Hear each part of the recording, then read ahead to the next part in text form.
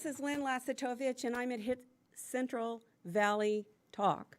So excited to be here. At last we have some air that we can breathe. October the 6th. And we've got Lori Wilson, the executive director with the American Red Cross.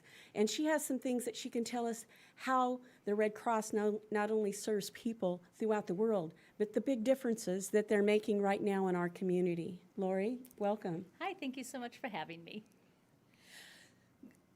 Did you, can you tell us what the mission for the Red Cross is? So the mission of the American Red Cross is to alleviate human suffering in the face of an emergency through the power of volunteers and through the generosity of donors. We can't do any of the work we do without our volunteers, and certainly not without the donations that from the individuals and the businesses that support the work that we do.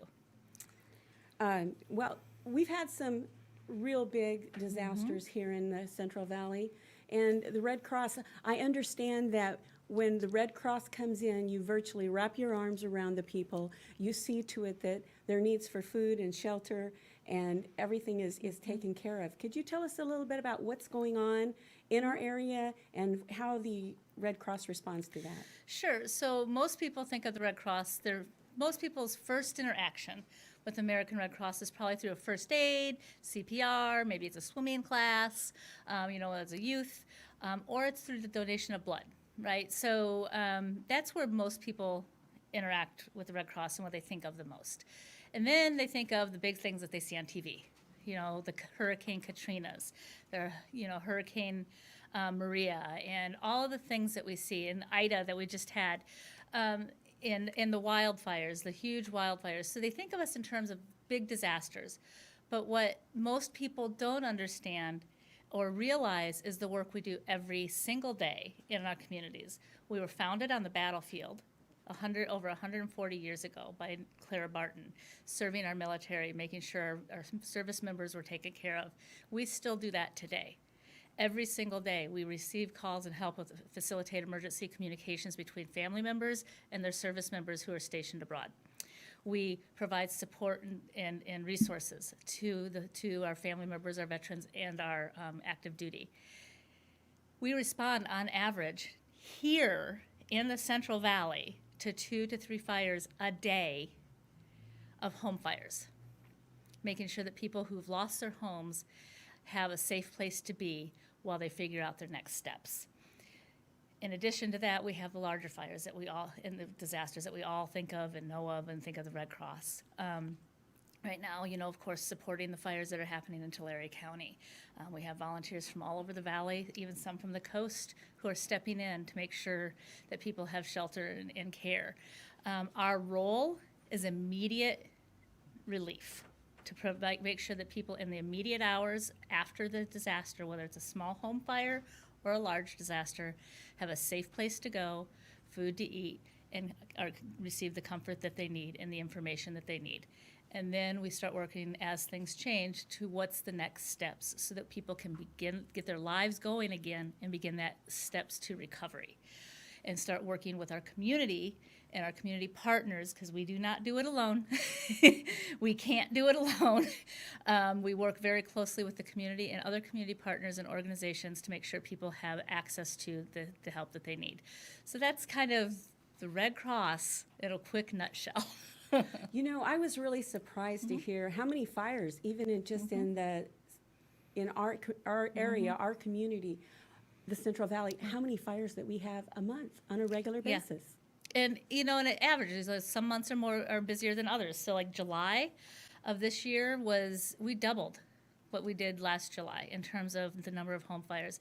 And you hear about it on the news every day when they interview and talk to the fire department. So it's nothing new that we're hearing. The number of fires and the number of responses is increasing. I don't know the reasons for all of that. I just know that the need is there, and if we're called, we respond. In Tulare, you had a special call out. You were looking for volunteers for anywhere, but what resonated with me is I was born here in Fresno. It resonated. Tulare's in our backyard, and that you guys needed lots of volunteers for there. And when I think of volunteers, I very often think, oh, well, the people in the shelter. but there's so much support staff and everything, and it doesn't mean that you have to maybe donate 2 weeks. Maybe Right. it's hours. Can you tell us about that? So when a disaster like the fires happen in our backyard that's happening in Tulare, if we open a shelter, we have to staff that shelter 24 hours a day. We have to make sure that the people are cared for. So that requires manpower, right? It requires people, and we don't ever let anybody, we always have a minimum of 2 people. We don't let people work alone. It's a safety issue as well as just, being able to take care of people adequately. So that, whenever that happens, our need increases. We also have people that are doing logistics, which is you getting the stuff and distributing the stuff, making sure that we have that, arranging the transportation. We were getting emergency supplies for the people that, as evacuation orders were lifted, to some of the remote locations. So we had to bring volunteers in from Fresno to drive the emergency response vehicle into those mountainous areas to get those supplies there. So it might be doing that sort of thing.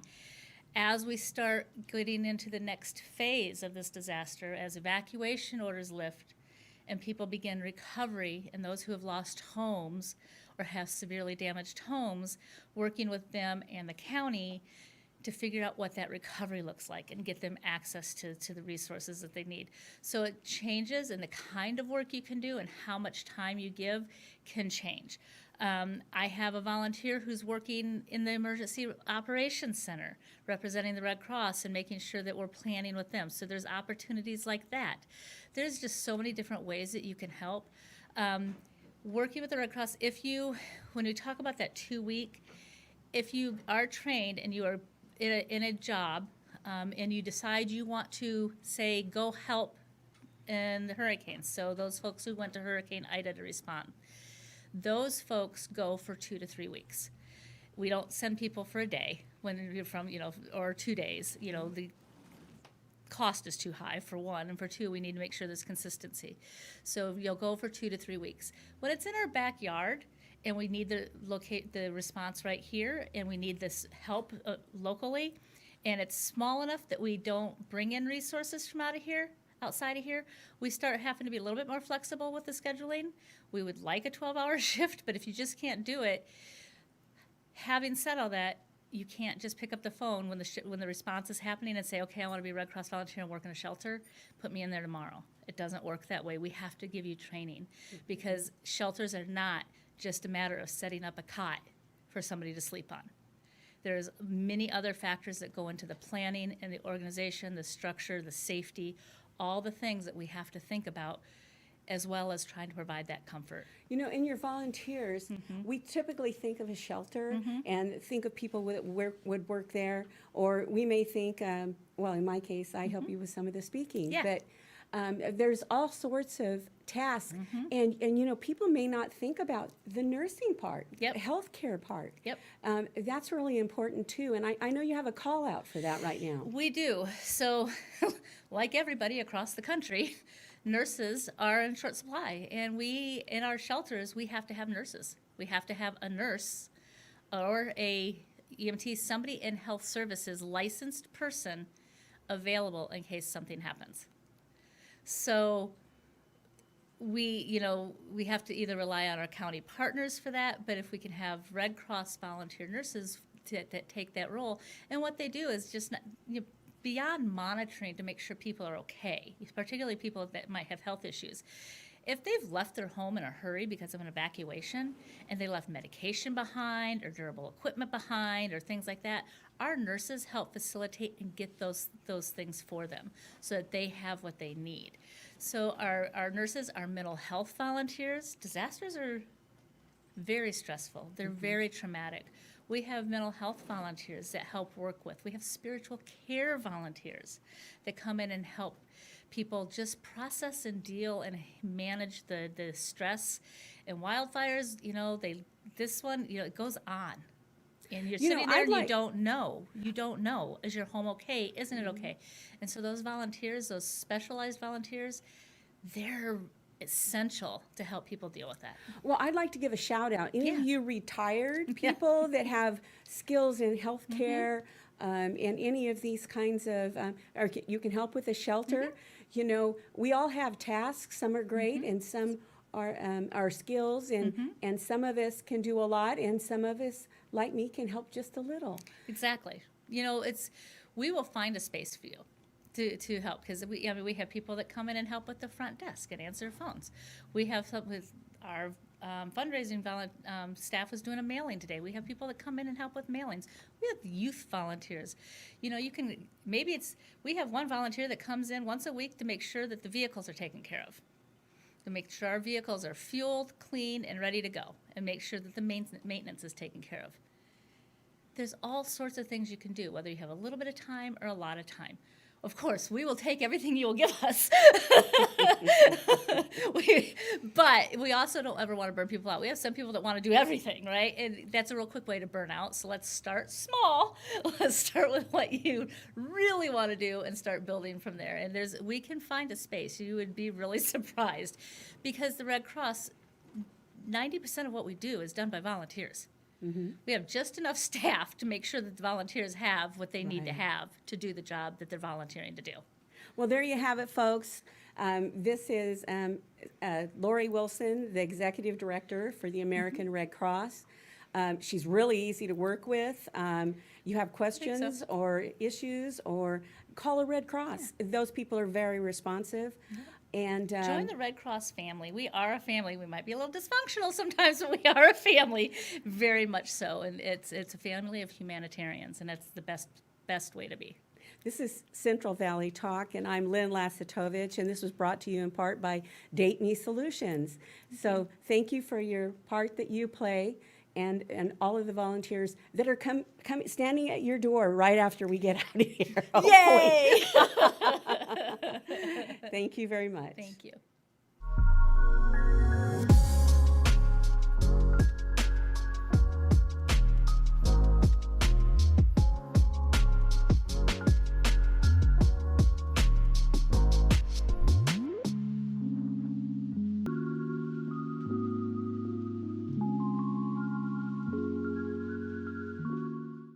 Hello, I'm Lynn Lassotovitch, and I'm with Central Valley Talk. Today's October the 6th, and we finally can breathe the air that's outside. So that part is fun. We're here to, I have Janie Jukovic.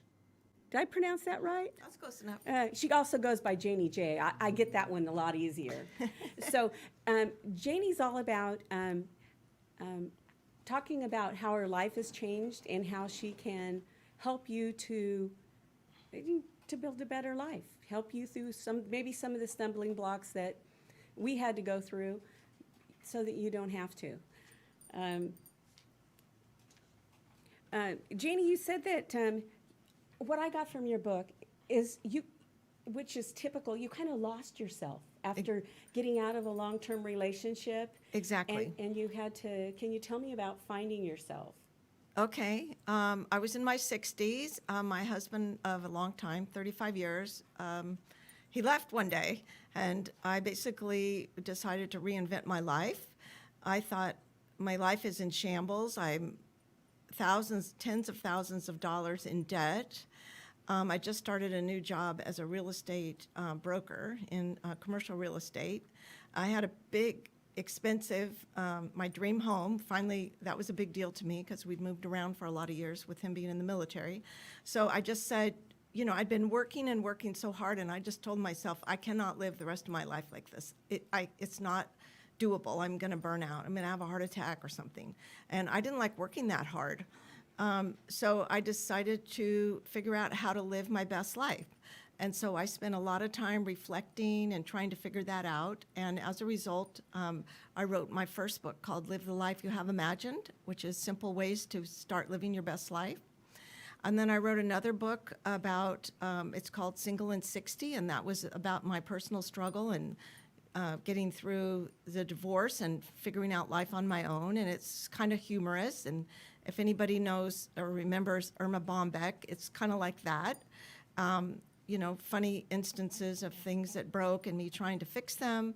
And also it shows a will and determination of someone that will go alone. For instance, one time I remember when everything kept breaking at my place, I just sat in my car in the garage and cried, and I shouted out to God, if you are trying to tell me that I need a man in my life, I'm not going to do it. And I was like determined, one more thing broke and I had to fix this and that. And it was at times it was pretty hard. And I mean, I was doing things like changing tires on the golf cart before I went to a business meeting for real estate. And I learned a lot of things like don't wear white pants and that kind of stuff. But so I write books to help encourage people to live their best life. And then, And if I could butt in, she is a bestseller as of this week. Yes, yes. Another number one, isn't it? Yes. Yeah. Last week we launched my 5th book, this book, and it was on Kindle, and it made number 1 in at least 2 categories. And Show us the little badge on it. Oh, Yeah, there you go. and Yeah. then yesterday we launched again for the paperback, and we got number 1 in at least 2 categories. So it's kind of different than my first books. This is the categories have to do with religion and spirituality, New Age. One's channeling, another one was past lives, another one was graphology, which means writing. I didn't know what that was. So what happened is on my journey of self-discovery, I spent a lot of time every day being quiet and trying to figure out answers. Because if you've been a workaholic like I was, I call it spiritually starved workaholic, you just don't ever have time to sit and think about, is there more to life? You're so busy working and doing, you never have a chance to be a human being. And so I spent a lot of time doing that, and I was able to tap into my intuition, and I was able to become what I would call a channel between this realm and the spirit realm. And so I can tap into wisdom and guidance from that realm, that dimension, however you want to call it. And that was quite odd for me. I didn't know anything about that. So I was really afraid to tell anyone for a long time.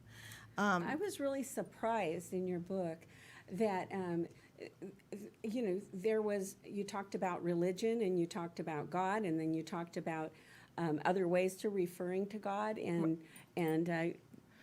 I was surprised. Right. Well, what I believe, and this is what I was told through my spirit guides, because again, I tapped into my intuition and I would hear these voices and they would give me guidance, and I started calling them my spirit guides. I didn't know people had that. It wasn't until later, and I Googled it and read other books, that everybody has spirit guides. They told me that, but I didn't believe them until I went and checked, and there's all kinds of books on spirit guides. But they told me that there's more than one way to God, and it doesn't matter what you call him or her, God, the universe, source, whatever. It's all the same thing. And the reason we have different religions, and the reason you have spirituality, which isn't necessarily a certain religion, is because different ways resonate with different cultures. If you think about it, if you grew up in the Middle East, then it's more likely that you'll be Muslim. And if you're, depending where you live in the world, or how you grew up, whether or not you're Catholic or Protestant or Jewish or whatever. But it doesn't really matter, because all religions teach the same things. One of the things too that I find interesting, and I see that a lot of people, when they become single again, especially the older, how did you you recreated yourself? Right. Well, I started by one of the things I found out when I wrote my first book is that women neglect self-care. And honest to goodness, I didn't know what self-care even was. I didn't realize that you needed to take care of yourself, because I grew up in the 50s, so we were taught that you take care of your family, and then then we could work outside the home, so you could do that too, but you still had all your responsibilities at home. And there wasn't any such thing as a mommy time or me time. It was like, it was so far off my radar, it would not have even been, I wouldn't even have thought I was allowed to go get a pedicure or go to lunch with my girlfriends or go to a movie. It was like, well, there was always something to do. And I look back now and I laugh because, you know, it was be nothing for the men to go off and be gone all day Saturday to go play golf and drink. And then, you know, the woman's home, taking 2 kids to soccer practice, cleaning the house, doing the grocery shopping and all that. Well, that was my life. So I learned that I needed to tap into self-care. And along the way, I, instead of being in my, I would call it male energy of business-like, making money and being real organized and all that sort of thing, I tapped into my femininity. So instead of wearing really plain clothes or just barely any makeup or having like really short plain hair and little tiny earrings and barely any lipstick and, you know, wearing really sturdy, old-fashioned clothes, that I thought, well, why not? I could do what I want, you know? And I went out and bought all kinds of new underwear and flashier clothes and started, you know, getting my hair done lighter and lighter, and I let it get long, and then I let it get short, then sometimes it's curly. And I decided that I like being feminine. So I really do look a lot different. And then I also lost 35 pounds, which may not sound like much, but I went from an extra large to a medium. So that's a big difference. Right. And then I got a lot more fit. I went You're to a jogger now. Right. I actually, I went to a boot camp a few years ago and got in shape. And then I started jogging, and a friend recruited me to what they call it a master's level running group, which just means it's people over 50. And I ran with them, and they talked me into going to meets. And 2 years ago, I went to the National Senior Games in track and field, and I placed in the top 10 in the nation in 2 events. And that might not sound like much, but it was a lot of work. I mean, I'm talking running 20 to 30 miles a week in practice. Wow. But most of the people you're competing with, they ran track in high school or college. I never did any of that. I played tennis for a couple of years in high school. That was it. Now, you have a new book that's going to be, you're working on other books. Right. I have lots of books in process, but I've been in real estate for the last 25 years, so I've had to cut down my responsibilities being a property manager and then quit being a real estate broker so that I could focus on the books. So the reason that I wrote this book, The Unimagined Awakening, was because of the next book, because the next book is a big book. It's the entire book was channeled, and that means that I sat quietly and they call themselves ascended masters, which means they're more evolved beings in a higher dimension. They dictated the whole book to me, and it is all about why we're here and all the lessons we are to learn. So it's 100 lessons that we are supposed to learn while we're here. And I was told that during my lifetime, this would be my mission to transcribe these books, get them published, and to go out and teach it, and of course live it, because that's part of, you know, you got to do is you want to teach people what to live that way, not just do what I say. And they told me there would be 3 discourses. So interestingly enough, just a month or so ago, I started getting the downloads for the second volume, and I'm more than halfway done with that. You've become quite a prolific author. Oh, I just sit and do it all day. Right. You know, thank you for coming on Central Valley Talk, and I'm excited about your journey, many journeys, and do you have a closing? Anything to say in closing? I'd like to say, if you want to know more about this, my women's website, the one to encourage women, is www.janiej.net. And if you want to know about the more spiritual stuff, you should go to www.thenewiammovement.com. And I have videos and blogs and that sort of thing, so you can find out more about what this journey is. You have a teaching series too, don't you have DVDs or something in there? I have 2 online courses right now. One is about, called Positivity Reboot, and the other one is Cheat Your Way to Better Habits. The other thing I'd like to mention is you can go to YouTube. I have a couple of YouTube channels, but the one that I would encourage people to go to the most is Janie J Soul Connector. And there'll be little snippets in there of what is in the upcoming book, which is called The New I Am Document, Volume 1. And you can kind of see what these little lessons are that we're supposed to learn. I thought they were pretty entertaining and give you a different perspective on things in life, because often we think that we exist alone, and we don't. We're actually all connected. We really enjoyed this today. We've learned so much. Again, this is Central Valley Talk. I'm Lynn Lassotovitch. Here we are with a renowned author. Check her out, folks. She's come a long, they say, you've come a long way, baby. Thank you. Are we there?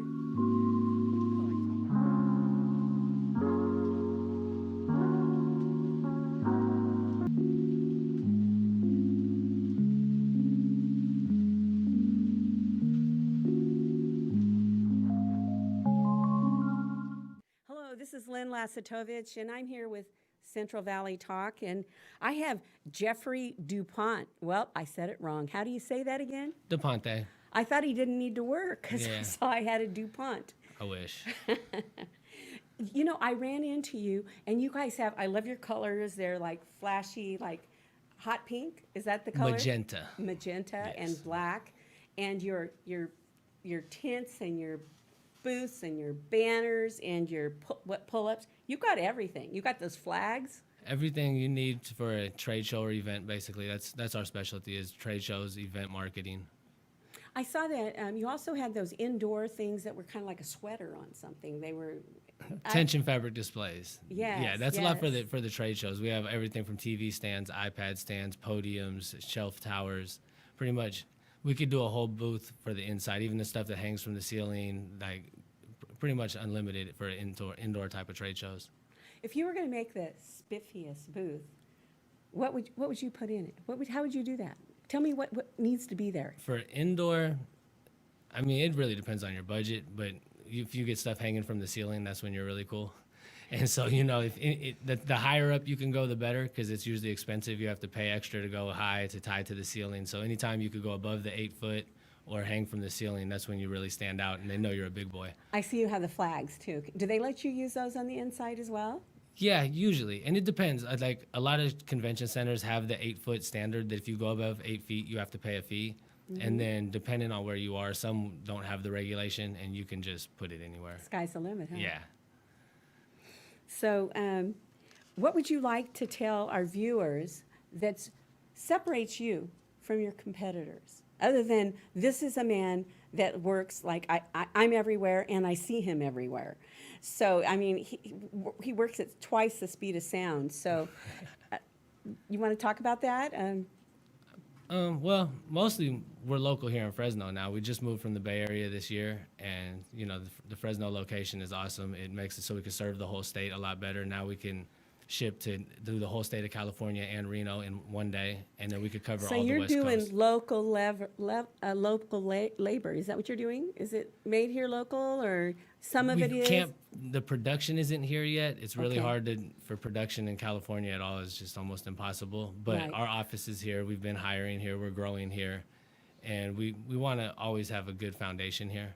Well, we want to support you. Yeah. I didn't plan well enough. I was going to go to actually, I'll give a shout out for the Clovis Chamber of Commerce. I went to the Clovis Fest, and I didn't plan soon enough, and I didn't know Jeffrey quite yet.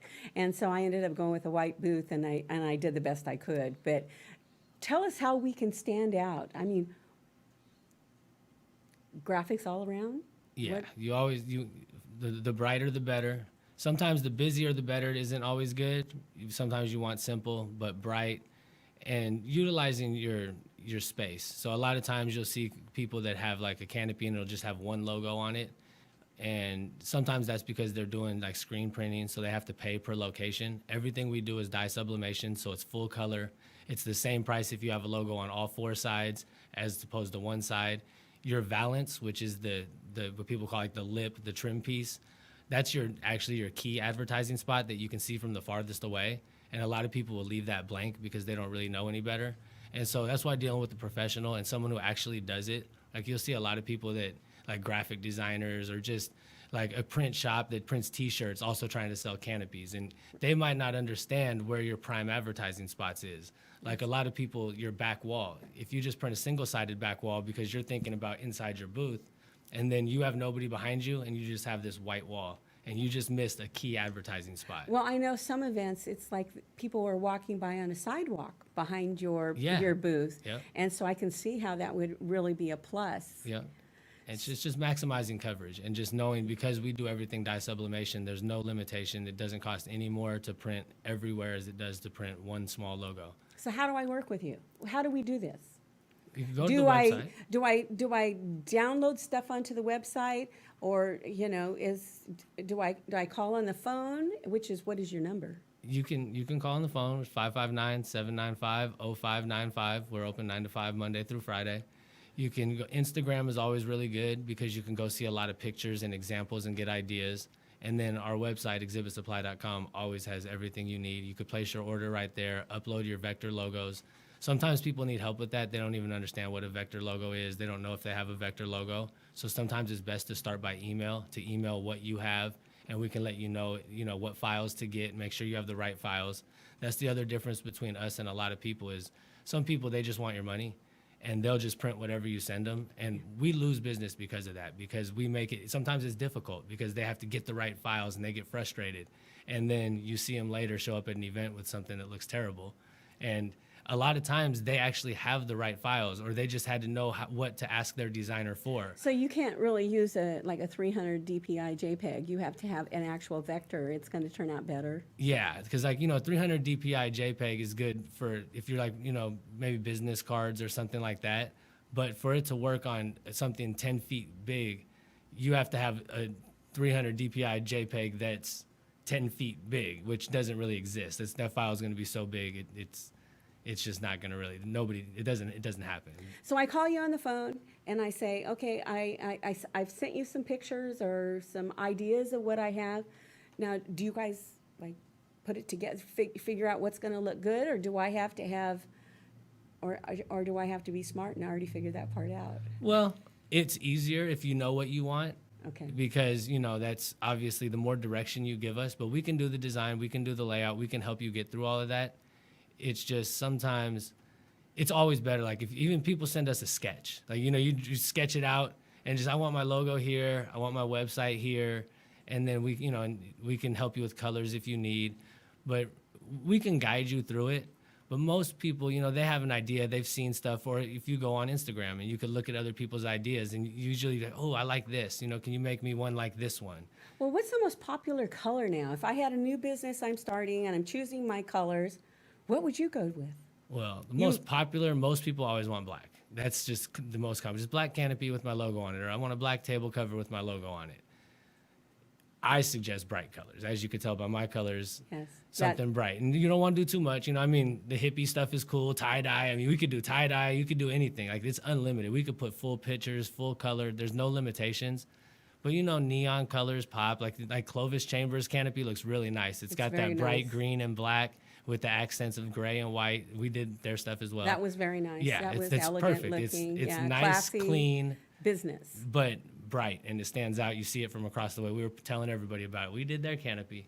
Yeah, I did see it, and I was really impressed by it. I was wondering if you did it. Yeah, we did for sure. So, to wrap it up, can you give me some ideas as far as what are your goals for your company? As far as how old are you? You began when, and you're wanting to hire here as you grow. Yeah. Can you give me some ideas about your company and your where you began and where you want to be? Well, we're actually a spinoff from I have an online printing company that's 100% online. We do everything from flyers, banners, business cards, T-shirts, anything you can want, promotional products. And this was our trade show division. And so because we sell all the major brands, and we knew that we could provide a better product at a good price. And so we started developing our own trade show and canopy products. And it grew so fast that other people wanted to sell it.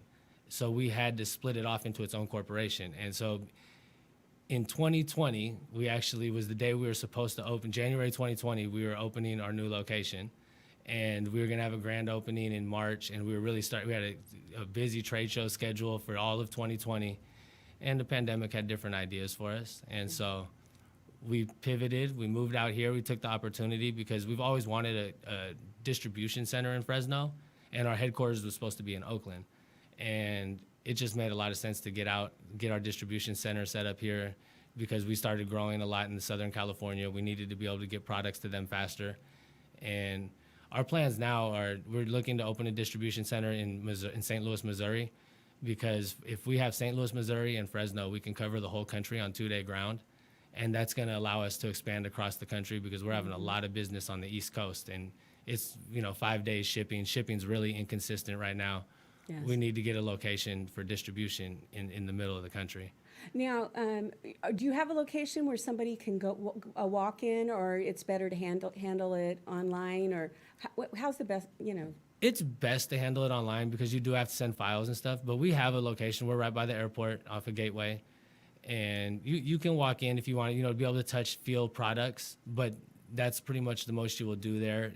To actually get the design process going, files have to be sent digitally anyways. So like if you're someone that needs help sending files or something like that, we can help you with that. But for most people, it's ideal to send the files first, get things going, and and then work through the process. Yeah. It's not going to be perfect maybe the first 5 minutes when we that are not techno giants try to send things in, but yeah, sounds like you got a lot of patience. There's going to be some back and forth. And to be honest with you, I'm not the best, but I have people that will help you. I get pretty busy, and it's hard for me to sit down with people for 20 minutes and help them, figure out what they want to do. But we have people there that can help you. We have Spanish-speaking representative that can help you for the people who speak Spanish, and we could pretty much take care of you. Sounds like you're pretty diversified. Yeah, Yeah. for sure. Well done. I've seen your product. I've seen you at the Clovis Chamber of Commerce events, and it seems like I hardly go anywhere that you're not there. So big try. shout out to you guys and the hard work that you're doing. Thank you. I appreciate it. So here we have again, this is Jeffrey DuPont. Say it again. DePonte. DuPonte. But you can call me whatever you want. Yeah. Just call me Jeff. It's all right. Just calling me. Just don't forget it. This is Lynn Lassotovitch, and I'm here with Central Valley Talk, and thank you for seeing us today.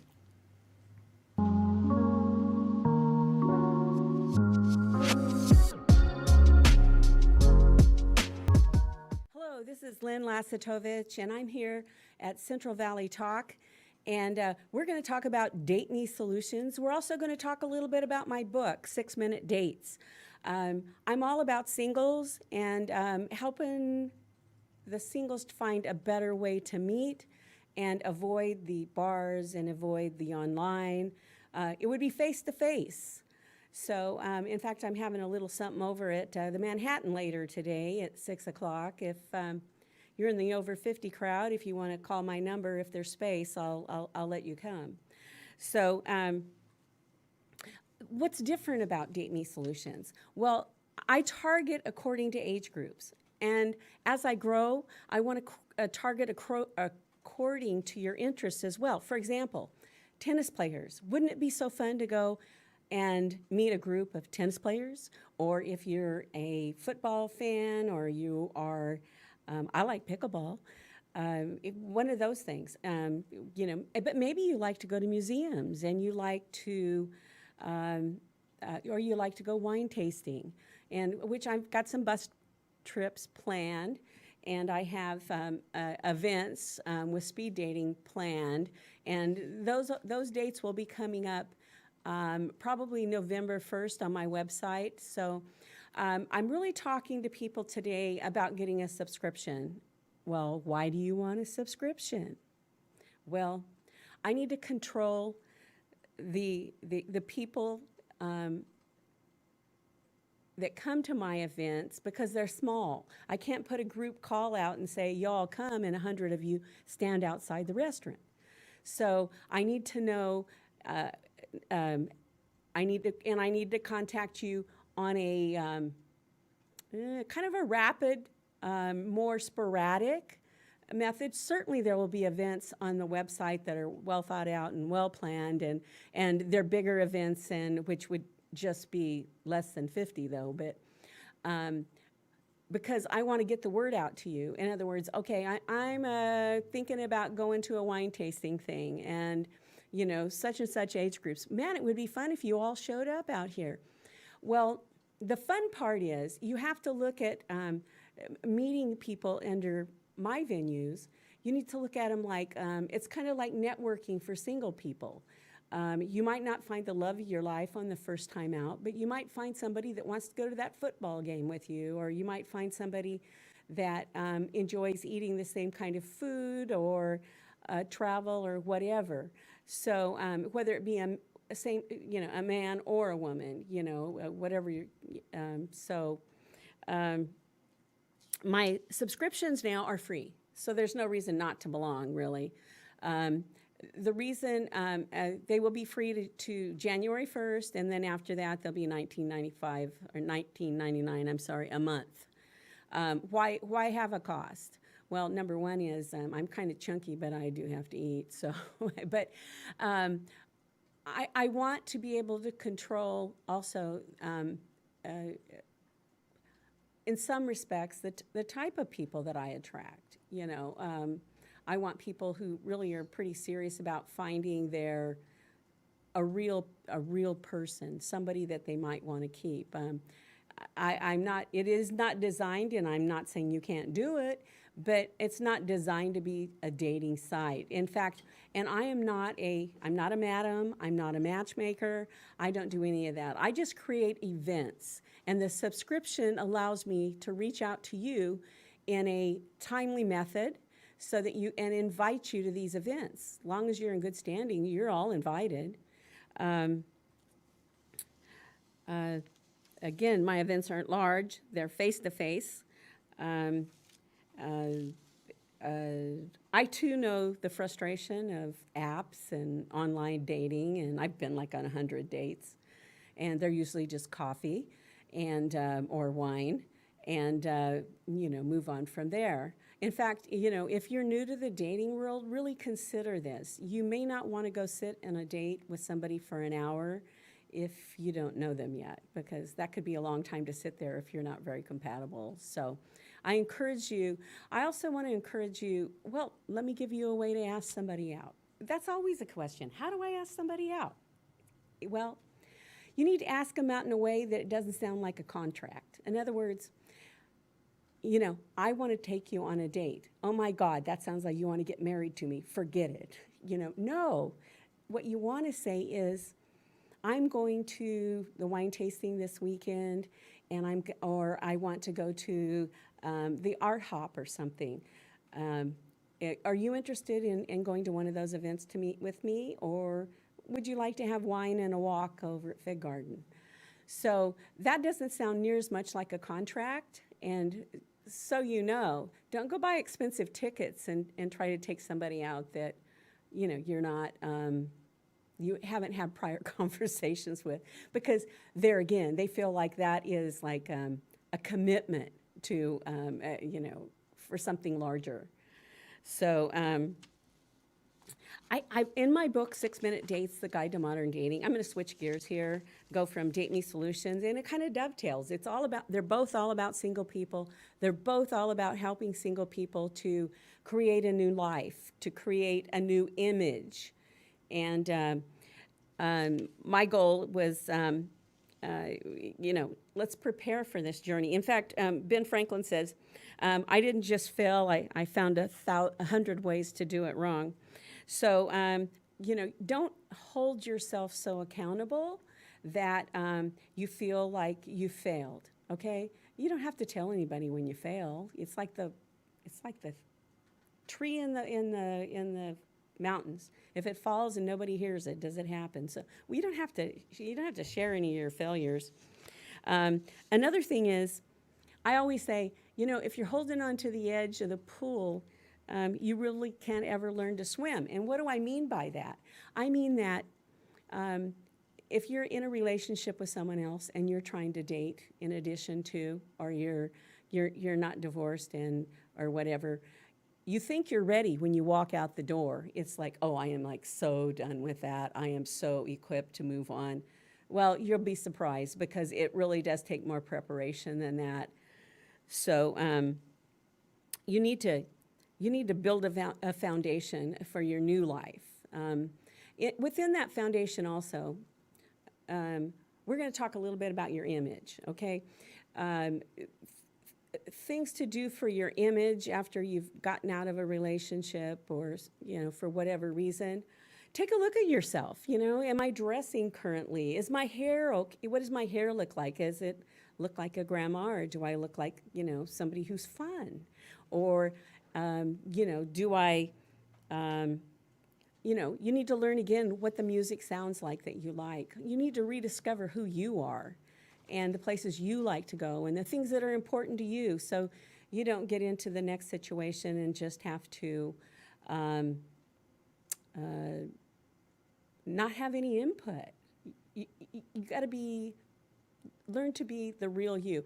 That's the most fun part about my life now is I love this. I love everything about the marketing part of it. I love everything about treating and taking care of my singles friends and my customers. And, so often they have the answers. They just need somebody to ask them the right questions. And that's kind of where I come in with my consulting too. It's like I don't have to know everything, because most of the time, if I ask the right question, you're going to figure it out all by yourself. So another thing I want to bring up, and then I'm going to wrap it up.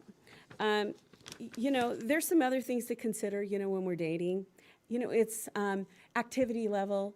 If you're going to date somebody who's, a couch potato and you're a marathoner, those are questions that you need to ask when you're thinking about dating, is find out where they sit as far as their activity level. And that is so much about how you could be compatible. Other things that are important is how spontaneous, as we age, some of us get entrenched. Some people don't want to jump up and run out the door on a moment's notice to go to a concert. Others like to plan. So, and then others have commitments that prevent them from dating maybe as fluidly as maybe you want to, or less. I'm Lynn Lassotovitch. This has been brought to you by DateMe.Solutions and my book, 6-Minute Dates, The Guide to Modern Dating. And this is Central Valley Talk, and tune in, because I will be here Wednesdays from 4 to 5. Thank you.